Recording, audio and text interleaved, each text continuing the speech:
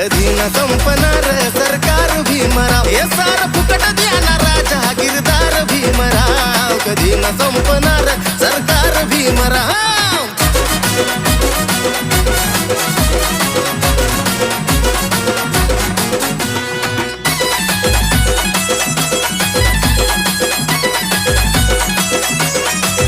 नव्हता सुखाचा मिळत आधी घास, आज घरात पंच पक्वानाचा वास.